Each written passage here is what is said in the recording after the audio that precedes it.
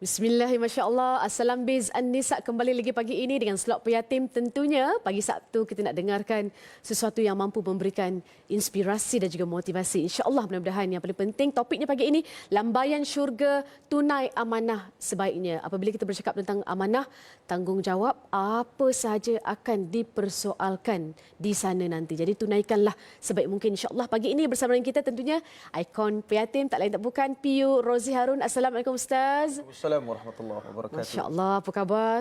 Sihat, makin sihat Alhamdulillah. Alhamdulillah, baiklah. Dan juga adik-adik usrah kita. Kita bawakan versi adik-adik pula. Pagi ini kita ada adik Muhammad Saif Irsyad Jamaluddin dan juga adik Muhammad Eneman Search Abdul Malik di sebelah kiri Kak Farah. Assalamualaikum, apa khabar? Semua sihat ya? Mata merah okey adik Eneman? Alhamdulillah, baik. Seadanya. Baiklah, di sebelah kanan Kak Farah pula, siapakah? Kita ada adik Nur Amanda Isabella Abdullah dan di hujung sana adik Diana Ifiani Abdullah. Dahsyat-dahsyat nama mereka, sedap-sedap. Assalamualaikum. Selamat pagi.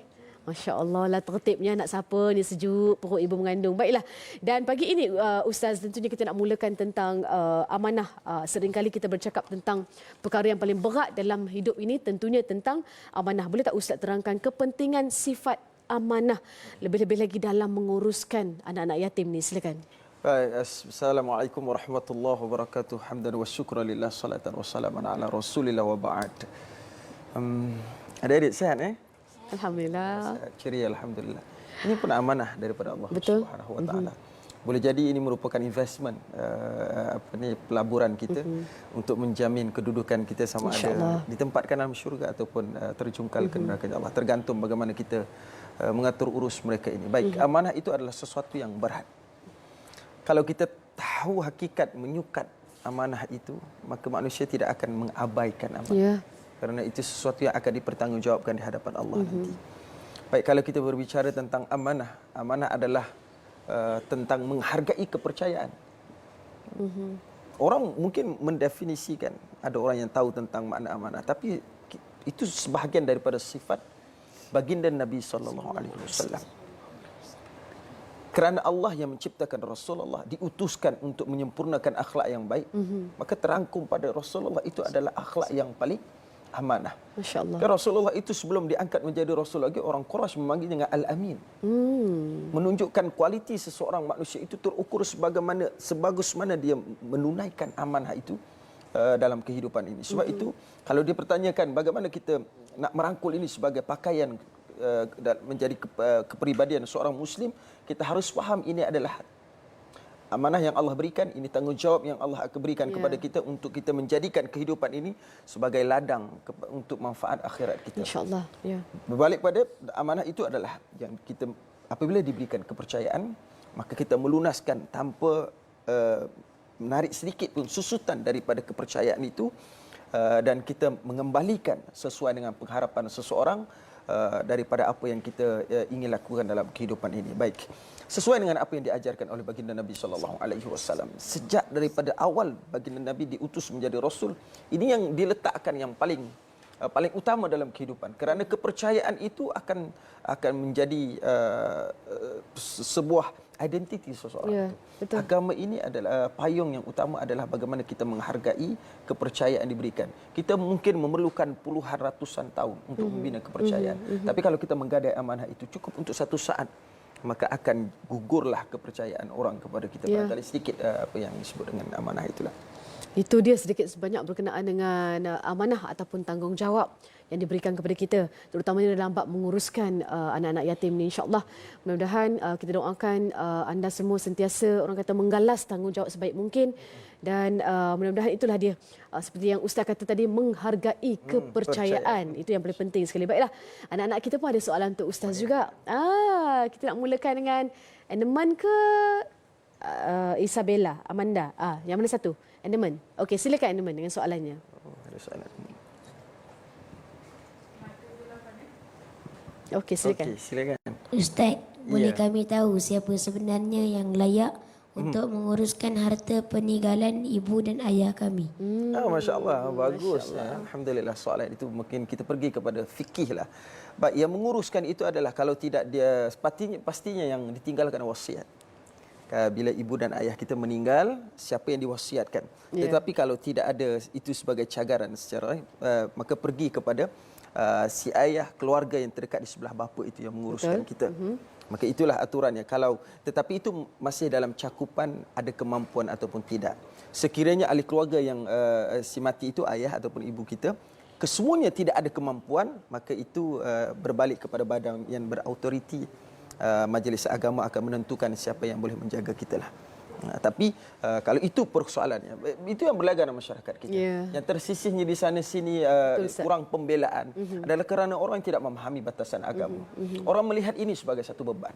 Padahal ini Masya Allah, kalau kita memahami secara hakikat pemaknaannya, ini adalah barangkali Allah titipkan. Tidak secara rumusnya begini, tidak ada sesuatu pun yang Allah takdirkan kepada kita yang sia-sia. Setiap apa yang Allah lakukan itu pasti ada kebaikan, sama ada kita memahami ataupun tidak. Baik yang pergi lebih awal meninggalkan kita, kita yang masih bernafas hidup. Yang pergi barangkali sudah dicukupkan amal kebaikan hidup di atas dunia. Kita yang masih tinggal di atas muka bumi Allah itu barangkali Allah menyediakan ruang untuk terus taat kepada Allah, untuk terus sujud kepada Allah Subhanahu wa taala. Yang pergi kita doakan tenang di alam sana dan kita bertahan hidup, kirimkan doa kepada ibu dan ayah kita. Dan tidak pasti ada hubungan itu. Bukan bermakna kita bercerai langsung, tidak ada. Kita mendoakan ibu dan ayah kita telah pergi. Dan mudah-mudahan kitalah akan membimbing tangan mereka dalam syurganya nanti. Amin, amin insya-Allah. Kak Farah pasti yang hadir hari ini keempat-empatnya kesemuanya anak-anak soleh, anak-anak solehah. Jadi apa tanggungjawab kita sebagai anak, kita doakan untuk mak ayah kita. Okey, insya-Allah mudah-mudahan. Baiklah. Nak tahu juga Ustaz, soalan daripada adik Eneman tadi, jika di sebaliknya harta peninggalan itu tidak dilunaskan sebaik mungkin seperti mana yang telah pun diwasiatkan, apakah kesannya Ustaz? Baik, kalau kita berada dengan baginda Nabi sallallahu alaihi wasallam sehingga terangkum dalam satu hadis, Nabi itu menunjukkan isyarat begini dengan anak yatim. Mohon maaf menunjukkan akrabnya Rasulullah. Rasulullah itu adalah yatim. Rasulullah yatim. Pasti Rasulullah membela orang yatim. Menyakiti si yatim itu bermakna menyakiti baginda Nabi sallallahu alaihi wasallam. Maka kita menyakiti, kita mencurangi, kita mengabaikan anak yatim ataupun kita menguruskan harta peninggalan dengan curang dan zalim, maka kita berhadapan langsung dengan Rasulullah. Maka ini bukan mudah. Sebab itu orang yang bicaranya tentang iman, melihat ini masya-Allah ada kelebihan-kelebihan khusus. Ini wajah-wajah kita belum tentu semulia mereka, Farah.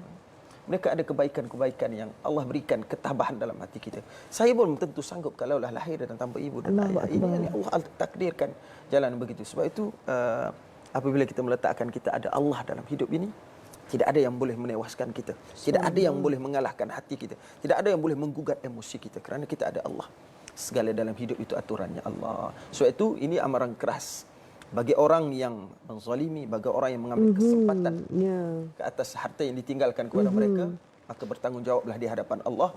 Sebab itu kita di Piatim dan sebagainya sangat memberikan tumpuan ke sini. Mudah-mudahan ini menjadi satu saham buat kami di akhirat nanti, dan kita berdoa mudah-mudahan pembelaan kepada mereka dan kita memastikan mudah-mudahan hidup mereka terjamin walaupun dengan apa dugaan ujian yang mendatang. Insya-Allah mudah-mudahan. Amin amin ya rabbal alamin. Baiklah adik Amanda, dengan soalannya dah bersedia? Silakan, senyum selalu dia. Itulah dia, silakan. Okey Ustaz, bagaimana cara hendak pupuk sifat amanah dalam diri? Oh, cantiknya soalan. Hari ini kita bercakap tentang amanah ya. Amanah. Ya, insya-Allah. Bagaimana ingin memupuk sifat amanah dalam diri? Baik, satunya sifat amanah itu adalah sifat baginda Nabi sallallahu alaihi wasallam. Innama bu'ithtu li utammima makarimal akhlak. Sesungguhnya aku, kata Rasulullah, bu'ithtu dari kata bu'ithah, menunjukkan bahawa Rasulullah itu mengatakan aku untuk mengajar kepada manusia bagaimana cara berakhlak dengan baik. Masya-Allah. Maka kita belajar tentang sifat Rasul, siddiq. Yang kedua, amanah. Terus perkataan di sini amanah, tabligh, fatanah. Fatanah, kita pergi ke situ. Bagaimana cara memupuk sifat amanah? Satunya, siapa yang kita jadikan rujukan? Rasulullah. Bagaimana sifat amanahnya Rasulullah? Bagaimana Rasulullah itu sangat-sangat pantang kalau ada orang mencurangi dalam kehidupan ini dengan kezaliman. Maka Rasulullah itu jangankan amanah kepada orang yang Islam, para sahabat. Rasulullah itu amanah kepada orang yang bukan Islam sekalipun. Ini akhlak terpuji Rasulullah. Rasulullah itu hebat tak solat dia? Hebat, masya-Allah. Sedekah Rasulullah hebat. Hebat. Ibadah Rasulullah unggul kalau solat sampai bengkak kaki-kaki. Ya. Tapi tidak pernah dipuji Allah terkait dengan ibadah Rasulullah. Bukan bermakna tidak unggul. Tapi kalau terkait dengan akhlak langsung dipuji oleh Allah. Innaka la'ala khuluqin azim. Menunjukkan kita ni adik-adik, siapapun kita, daripada mana pun kita datang, bagaimanapun status kita sekarang, itu tidak ada apa-apanya.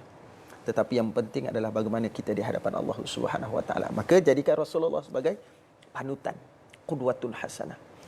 Pelajari tentang diri Rasulullah, pelajari tentang akhlaknya Rasulullah, dan pelajari tentang para ulama yang bersambung dengan akhlaknya Rasulullah supaya kita boleh mengikuti jalannya. Satu yang kedua mungkin boleh dijadikan inspirasi dalam hati kita. Kita berakhlak kerana Allah menyuruh kita berakhlak dalam hidup ini. Subhanallah. Kalau kita berakhlak itu lakonan, maka penat dalam hidup ini kita berlakon depan orang baik, belakang orang. Kita kata orang tu.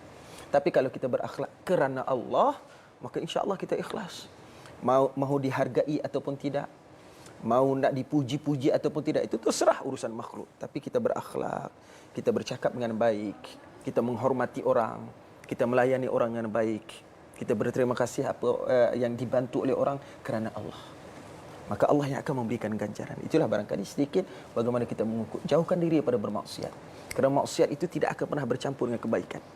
Orang itu akan tumbuh menjadi kepribadian baik kalaulah dia mampu membezakan bainal haqq wal batil. Jangan pernah libatkan diri, mata jaga, pandangan kita jaga, tangan kita jaga, mulut kita jaga. Insya-Allah kita akan mampu menjaga amanah dengan baik. Mudah-mudahan insya-Allah. Boleh? Dik boleh, Dik? Boleh, Adik Amanda? Masya-Allah. Okey, alhamdulillah. Baiklah. Semestinya saya suka mendengar penjelasan daripada yang berbagi ustaz pagi ini menceritakan tentang kepribadian Rasulullah sallallahu alaihi wasallam. Tapi dalam bab amanah ni ustaz pastinya ada cerita-cerita yang boleh kita teladani ataupun mungkin contoh-contoh pengalaman apa yang Rasulullah lalui yang dalam bab amanah ini yang boleh kita jadikan sebagai pengajaran dan kita ambil maklum insya-Allah. Masya Allah, Rasulullah itu sebelum dilantik menjadi Rasul itu terkenal dengan seorang pedagang yang amanah. Kenapa Sayyidatuna Khadijatul Khuwailid Al-Kubra itu orang kaya, corporate zamannya, wanita yang berjaya luar biasa, isteri Rasulullah tercinta. Tapi bila mana Rasulullah itu sebelum berkahwin dengan Khadijatul Khuwailid, apa yang terpanggil yang menarik perhatian, menarik hatinya Khadijah kepada Nabi Muhammad sallallahu alaihi wasallam. Nah, jawapannya sifat amanah itu. Sehingga kan barang dagangan diberikan kepercayaan kepada Rasulullah dan tidak pernah dicurangi. Itu hebatnya. Kisah-kisah beginilah tuan. Dan hari ini orang gemar berniaga. Silakanlah, berniaga itu adalah satu bahagian daripada amal ibadah, satu daripada pekerjaan. Di sana ada ruang kebaikan yang banyak. Tetapi yang digadaikan saat ini bagaimana kita meletakkan kepercayaan tadi, kembali kepada kepercayaan orang. Kita menjual barang, kita menjualkan apa pun sekalipun, kita memberikan servis perkhidmatan. Kalau kita tidak memahami lunas agama, itu yang akan barangkalilah tidak sesuai dengan yang diajarkan oleh baginda Nabi sallallahu alaihi wasallam. Rasulullah itu membawa dagangan Khadijah, membawa dagangan yang lain itu. Dan dalam riwayat sampai kepada kita, tidak pernah rugi Rasulullah berniaga. Subhanallah. Ada kalam-kalam yang benar. Bila mana Rasulullah itu dalam urusan tawar-menawar, bayarlah nak bayar asalkan aku dapat untung sedikit. Masya-Allah. Ini kalam-kalam. Kalaulah tidak ada nilai amanah yang tinggi, mustahil kalam ini keluar daripada kalam lisan dan lidah manusia. Sebab itu dan banyak kisah-kisah yang lain. Para sahabatnya Nabi sallallahu alaihi wasallam sampai kepada ulama, sampai kepada kita saat ini dan diangkat. Saya kenal ramai orang. Orang yang menjaga amanah ini akan dijaga oleh Allah. Subhanallah. Baiklah adik-adik, itu dia contoh yang terbaik, mentor ataupun ikon yang sebenarnya yang perlu kita ikuti adalah Rasulullah sallallahu alaihi wasallam. Masya-Allah, disebabkan itulah kita pun nak jadi macam Rasulullah juga, rajin bersedekah, ingat mengingati walaupun hanya dengan sebiji tamar, dikongsikan dengan golongan miskin, asnaf dan sebagainya. Subhanallah. Baiklah, pagi ini melalui kempen Apia Ustaz, kita pun di sini tak nak terlepas peluang keemasan yang Allah berikan pagi ini, masih lagi hidup, masih lagi bernyawa, nak terusan menyantuni anak-anak yatim kita. Bagaimana cara yang paling terbaik? Baik, saya memberikan satu rumus. Ni kita akan berlegar di dalam kalangan masyarakat kita. Mohon maaf orang yang yatim, piatu dan sebagainya. Apa kelebihan? Sebelum itu saya nak sentuh sedikit, terpanggil. Ini apa yang kita dapatkan? Ada orang yang bertanya, apa yang kita dapatkan daripada menyantuni mereka? Sebelum kita pergi kepada yang lain, tuan-tuan, Allah hadirkan secara automatik. Kita memegang mereka saja. kelembutan hati, ketenangan. Kalau kita melihat mereka itu tanpa tenang, tu ada masalah dengan hati kita. Ya, betul. Kerana mereka dipilih oleh Allah. Kerana kenapa kita tidak dijadikan yatim piatu? Kerana barangkali kita tidak ada dayanya, tidak mampunya. Maka sebab itulah kami di Piatim, kita ada hasrat yang besar, Farah. Iaitulah untuk mewujudkan, tadi disebutkan APIA, Pengajian Islam ASEAN. Di situ ada banyak juz-juz yang kita inginkan. Ada pusat tahfiz ASEAN, ada taman keusahawanan. Kemudian kita ada untuk masjid yang akan beroperasi, yang berbasiskan tahfiz dan pusat pengajian yang sedang dalam proses pembinaan sekarang. Kita baru ratakan tanah di Jinggal Terengganu, dan mudah-mudahan apa yang kami hasratkan ini mungkin boleh lihat di layar skrin anda. Kita berhasrat, bermotivasi besar, dan kita berambisi besar untuk manfaat mereka, untuk sama-sama kita jaga kebajikan mereka. Maka bersama-samalah kami, mudah-mudahan ini menjadi asbab untuk Allah turunkan rahmat dan barakah di bumi Malaysia ini dan seluruh dunia. Kita menyantuni mereka, bermakna kita menyantuni baginda Nabi sallallahu alaihi wasallam. Kita menjaga hubungan kita dengan Allah, kita memberikan infak sedekah, dan itulah barangkali akan menjadi asbab untuk Allah kembalikan kehidupan kita di alam berikutnya itu bersama dengan mereka di dalam syurga nanti, insya-Allah. Amin, amin ya rabbal alamin. Terima kasih Ustaz atas doanya, kata-kata yang begitu baik sekali. Itu dia maklumat tertera di kaca TV anda sekarang ini. Boleh ambil gambar, dapatkannya, insya-Allah. Rezeki masuk, sama-sama kita ingat juga rezeki kita tu hak orang lain juga. Okey, jom sama-sama kita nak ucapkan jutaan terima kasih sekali lagi kepada adik-adik usrah kita, masya-Allah. Terima kasih adik Muhammad Saif Irsyad Jamaluddin, adik Muhammad Animan Search Abdul Malik, adik Nur Amanda Isabella Abdullah, dan juga adik Diana Ifiani Abdullah, dan juga kepada yang berbahagia Ustaz juga sebagai ikon Piatim. Terima kasih kami ucapkan.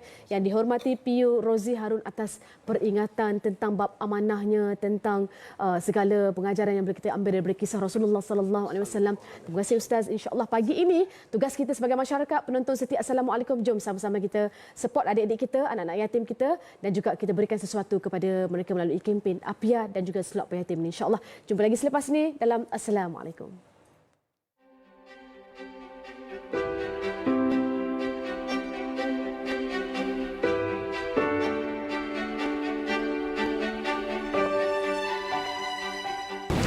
Mak, Aisyah dapat nombor 1, Mak. Betul cakap Mak. Walaupun kita miskin, tapi kalau kita berusaha bersungguh-sungguh, mesti berjaya. Allah sentiasa bersama dengan orang yang sabar, kan, Mak? Mak rehat dah dulu. Besok Aisyah datang balik.